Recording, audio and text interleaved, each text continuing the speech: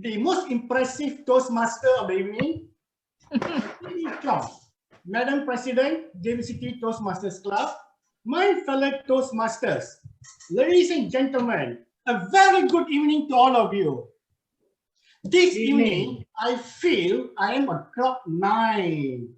Why do I say that? Did I strike $1 million ringgit lottery? No, but close to it.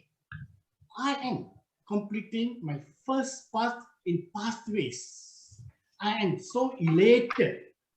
Not only will this be a new milestone in my Toastmasters journey, but I will also be helping our club achieve 10 out of 10 DCP goals, a perfect 10 as desired by our beautiful Madam President.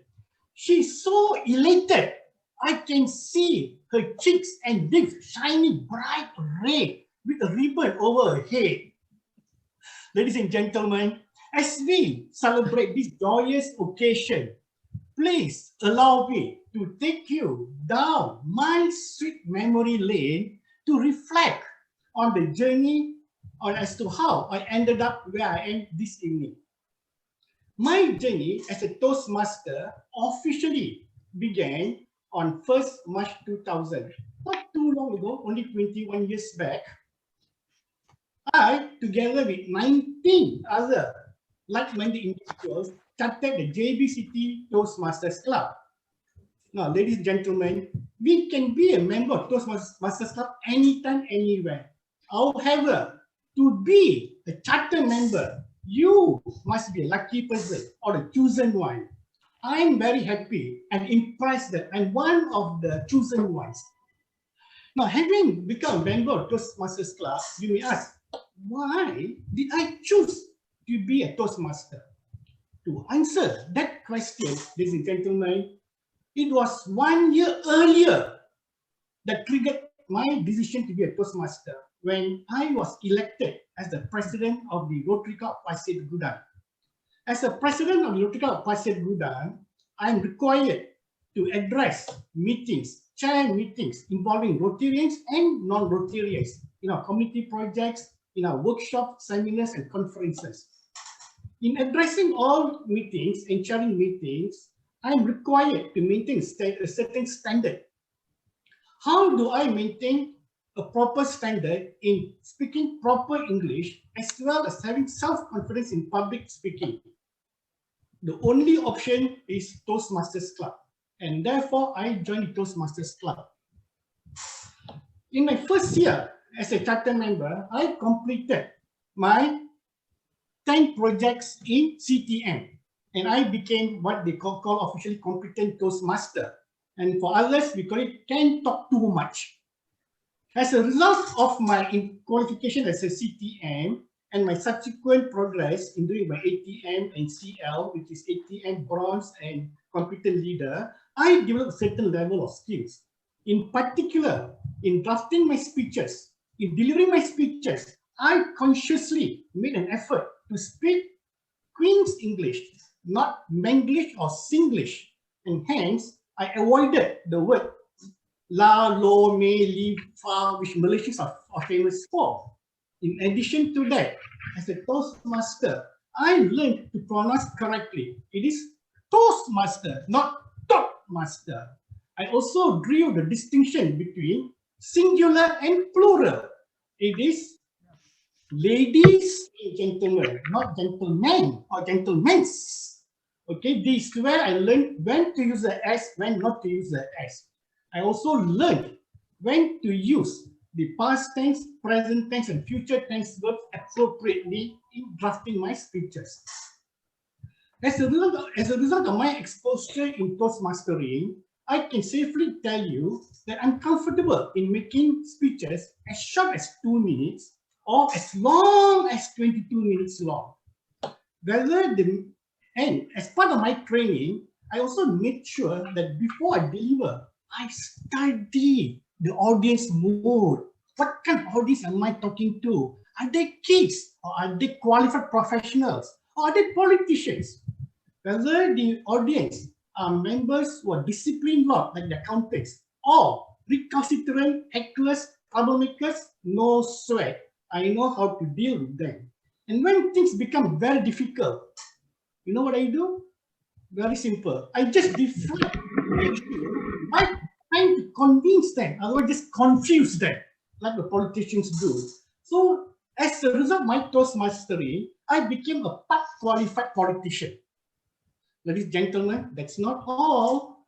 As a result of this experience, in my subsequent posting as the Vice Chairman of the Malaysia Institute of Accountants Johor branch, as the Chartered Tax Institute Malaysia Johor branch Vice Chairman and Chair of the IRB Tax Dialogue, I became very comfortable in dealing all kind of characters, all kind of issues. No sweat, no problem. Now, having done all these things, some of you may ask, why did I stay on for so long as a Toastmaster? But before that question, I must also tell you that I'm very grateful to certain members of this club, namely our past president, Muhammad Awi Siddiq, our past president, Bernice Lim, who encouraged me to do my Toastmastering. Now, as I was saying earlier, I completed my CTN and then went on to do my ATM bronze as a result of all this encouragement. And subsequently, I took a sabbatical leave. It's supposed to be a short leave, but it became a long leave, an unplanned leave. And then I decided, since I made commitment to Bernice Lee, I should go back and to complete my second level in my Toastmastering. I did my ATM silver. After completing my ATM bronze of 10 projects, my ATM silver, and I did 8 projects, leaving only 2 behind. I decided, let's take a break. However, suddenly this break became another long break. And one morning, I woke up and I remember my promise to Bernice Lee, and I dusted all my papers and wanted to make a speech. Then suddenly, to my utter surprise, ping, ping, ping, ping, Toastmaster International sent me. Sorry, Toastmaster Venka, no more ATM silver, no more ATM gold. Now it is pathways. What? Pathways? What the hell is that? I was bewildered, shocked, and depressed. However, thanks to the motivation of Advanced Toastmaster Aguilar and Advanced Toastmaster Tan Eng Suan, who came to my office and spent 2 hours of the precious time in my meeting room, impressing upon me the positivity of pathways, I learned to accept it. Subsequently, to my trial and error, I am now very comfortable with the Pathways online program, and I can confidently tell you that Pathways is far better program than the previous legacy program. Thank you to all these members of JBCT Toastmasters Club. I'm very grateful to all of them. Now, ladies and gentlemen, coming back to my previous question, why have I stayed on so long in Toastmastering? This was a question our beautiful Madam President asked me a year ago for one of our flyers for public relations exercise. To answer that question, I would like to draw your attention to a recent WhatsApp group message sent to us by Toastmaster Pauline, the one without the E. Now, she said, for every young person, I repeat, every young person above the age of 45, they need 3 things to keep their brains active. Why? When the brain is active, the body parts are active. When the body parts are active, we are young, vibrant, and healthy. So, what are these 3 things? According to her, the first thing we need is hyperoxygenation. Second, education. Third, social interaction. Among these 3, the social interaction supersedes the earlier 2. Why? During social interaction, you meet a lot of positive-minded people. When I attend the JBCT Toastmasters Club, I learn a new word every week, or rather every 2 weeks. Secondly, when I'm asked to speak about table topics, my brain works extra fast. Thirdly, when I'm doing my prepared speeches, I'm forced to do R&D and come up with a proper speech that attracts audience attention and keeps you occupied. And to do this, my brain must work. And that's why I like to join Toastmasters Club. At the end of the day, the friendship and the support given by the members, all the young and the younger, the handsome and the beautiful members of JBCT Toastmasters Club, before, during, after my presentation, makes me feel young, handsome, vibrant, and healthy. That is the biggest pull factor of JBCT Toastmasters Club. Ladies and gentlemen, after achieving this, what am I going to do? Am I going to go into another hibernation, wake up 20 years' time, and maybe make a speech when Madam C.V. Chong's daughter is a president of this club? No, ladies and gentlemen. Once bitten, twice shy. No more hibernation. As I promised our incoming president, next year I intend to complete my second path.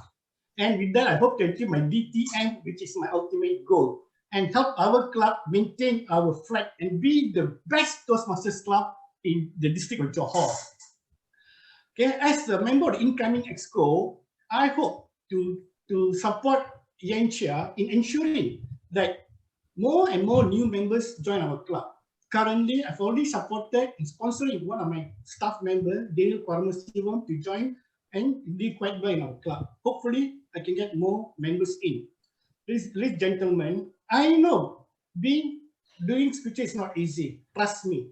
Having done speeches every fortnightly is no easy game. However, never ever give up hope. Thomas Alva Edison spent 10,000 times before he discovered how to make incandescent lamp. When he was told about his 10,000 failures by a news reporter, his answer was, "No, sir, I did not fail 10,000 times. I found out 10,000 times how not to do it." That is the power of positive thinking. Rather than looking at the glass half full, my advice is that let us say the glass is, rather than say the glass is half empty, let us say the glass is half full.